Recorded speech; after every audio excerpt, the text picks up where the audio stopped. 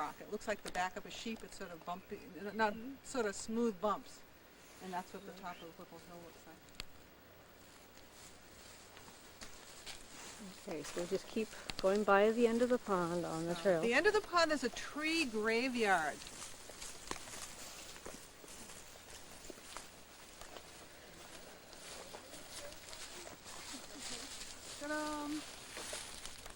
Oh. There's a big old Isn't tree that that neat? fell down. Yeah. Remember you were looking at the soil and trying to figure out what was in the soil? Well, here's a really good example of a tree that's almost completely turned into soil. Now, speaking of trees, remember we were looking at boulders, the glacial boulder that we thought was from someplace else? Here are some boulders here, and the question is, how did these boulders get here? See if you see any clues as to how they might have.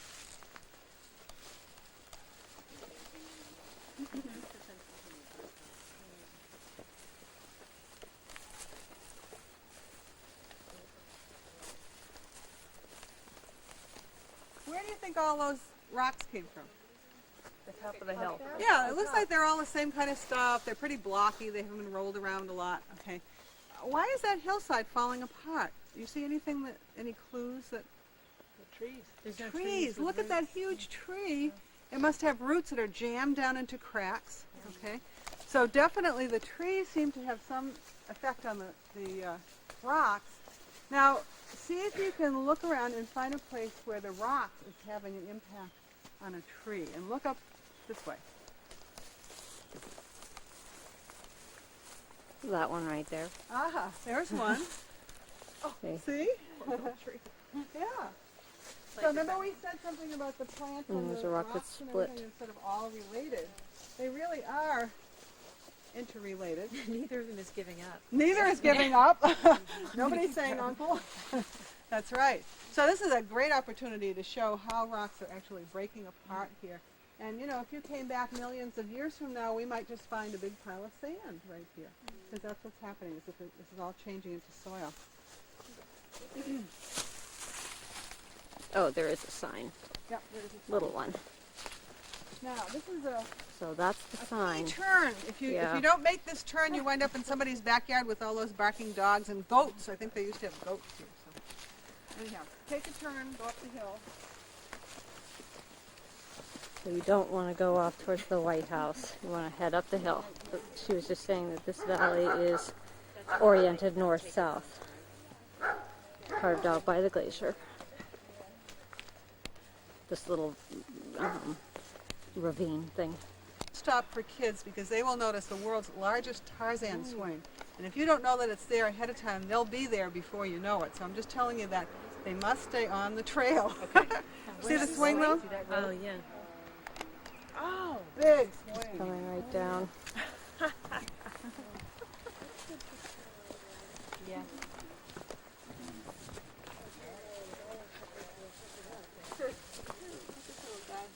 Yeah.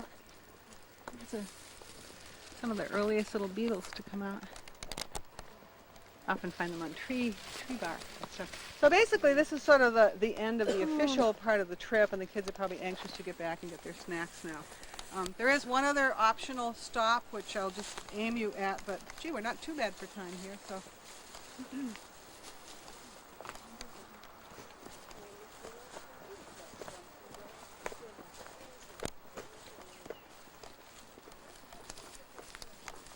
I have my binoculars in my hand and I never even offered them to anybody.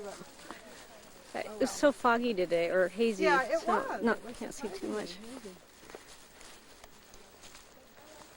Fran, Yeah. have you seen much change in the topography based on all the water and snow melt we had this spring? I mean, I was just noticing like there was a stream that looked like it had run through there. and Yeah. Have you noticed much of that? Not really, no. Just I knew we had such great amounts of water. Of water. The first butterflies of spring, it's a little bit late for the first butterflies, but there's a big black butterfly with yellow edges to its wings called the mourning cloak. This is a great place to see them in like even late March, early April, so really warm day. And in the area generally, or here? Yeah, any wooded area, yeah. Oh, okay. I saw 6 of them just before Easter at Willard's Wood. Oh. That was quite an event.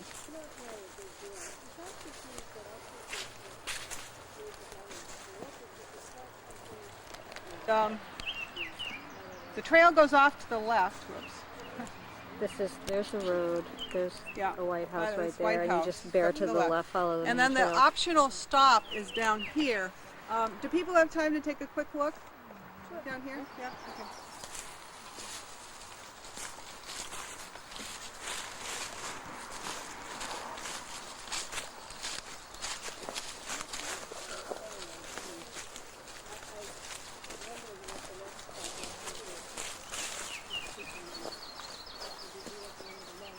Okay, here's a rock. Is this a natural rock? No. I mean, it's been shaped and eroded. Is it by a natural force? No. You see the letter L carved in it, and then on the other side is the letter W. What do you think that might be? Lexington, Winchester. Lexington, Winchester. So this is the exact line. And why didn't they do that on a tree rather than on a rock? Tree would. Yeah, I was gonna say not. That's right. And that's sort of the whole theme of our walk is, you know, what's happened to rocks? How long do they last? You know, how do they get that way? And so what are some of the ways that rocks change besides being carved by people? What have we seen in our walk? Carved by ice. Wind. Okay, we saw definitely some evidence of water, changes from water. And then by knowing some things, we can say something about the ice that might have been here. In fact, a layer a mile thick before it melted back about 10,000 years ago or so, and left behind all these rocks as it melted. Any other changes in the rock that we saw evidence of, clues of? The lichen, definitely, yeah. Anything else? Cracks in the rock. Cracks in the rock. Are we looking for that green stuff as markers for cracks? That's right. Rock particles in the ground. That's right. You can see some of those rock particles in the soil. Great. Okay, well, I think you got it. And I hope that we have a lot of fun with the kids. Okay, you won't go in as much depth as we did here, but it's always good to know a little bit about the background of, you know, why it's important to look at the crystal size and so on. And so I hope you have a great time with the kids. So any questions or? Do you have a copy? I came later. Oh and I yeah, don't yeah, I have got the one. new Okay. Yeah. I